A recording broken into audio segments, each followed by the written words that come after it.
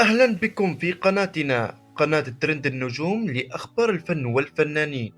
قبل بداية متابعة الفيديو لا تنسى الاشتراك وتفعيل زر الجرس ليصل لكم كل ما هو جديد من قناتنا.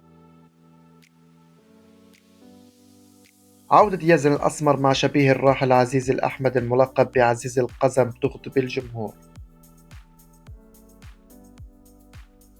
بعد فترة من الغياب والحزن على فقدان أعز أصدقائه، عاد يزن الأسمر إلى الظهور على تيك توك مع شخص يشبه الراحل عزيز الأحمد إلى حد كبير وأطلق عليه اسم زيزو.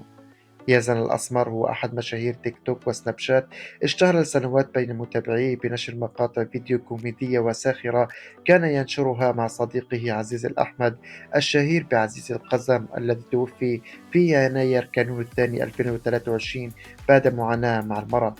وبعد وفاة عزيز أعلن يزن اعتزاله مواقع التواصل الاجتماعي، وقال أن كل ما سبق له من مشاركة مقاطع كوميدية وساخرة سيذهب مع الأخ الذي لم تلده أمه الراحل عزيز. ولكن في مايو آيار الجاري عاد يزن إلى الظهور مجددا على تيك توك مع شخص يشبه الراحل عزيز وأطلق عليه اسم زيزو. وفي مقطع فيديو متداول قال يزن أنه يرجو من جمهوره قبول رجوعه وأنه يتمنى أن يزرع البسمة بينهم، طالبا منهم الدعاء لروح عزيز بالرحمة والمغفرة.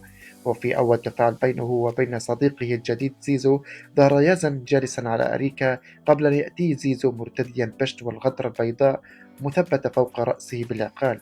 وفي تلك اللحظات ينظر إليه يزن ويفرك عينيه من هول الدهشة، وكأنه لا يكاد يصدق ما رأت عيناه للشبه الكبير بينه وبين صديقه الراحل عزيز.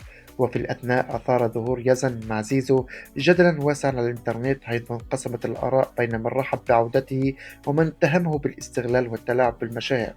وقد أثارت عودة يزن ردود فعل متباينة بين مؤيديه ومعارضيه، فمن جهة هناك من رحبوا بظهوره مجددا وأشادوا بمحتوى فيديوهاته التي تؤكد على روح الدعابة لديه ورغبته في إسعاد كثيرين ورسم البسمة على ملامحهم. ومن جهة أخرى هناك من انتقدوا عودته واعتبروها محاولة لإعادة تسويق نفسه والحصول على شهرة ومال من خلال استغلال الفرصة التي ستحدثها عودته المفاجئة، وأيضا اختياره لصديق آخر لمشاركته فيديوهاته يشبه في ملامحه الراحل العزيز.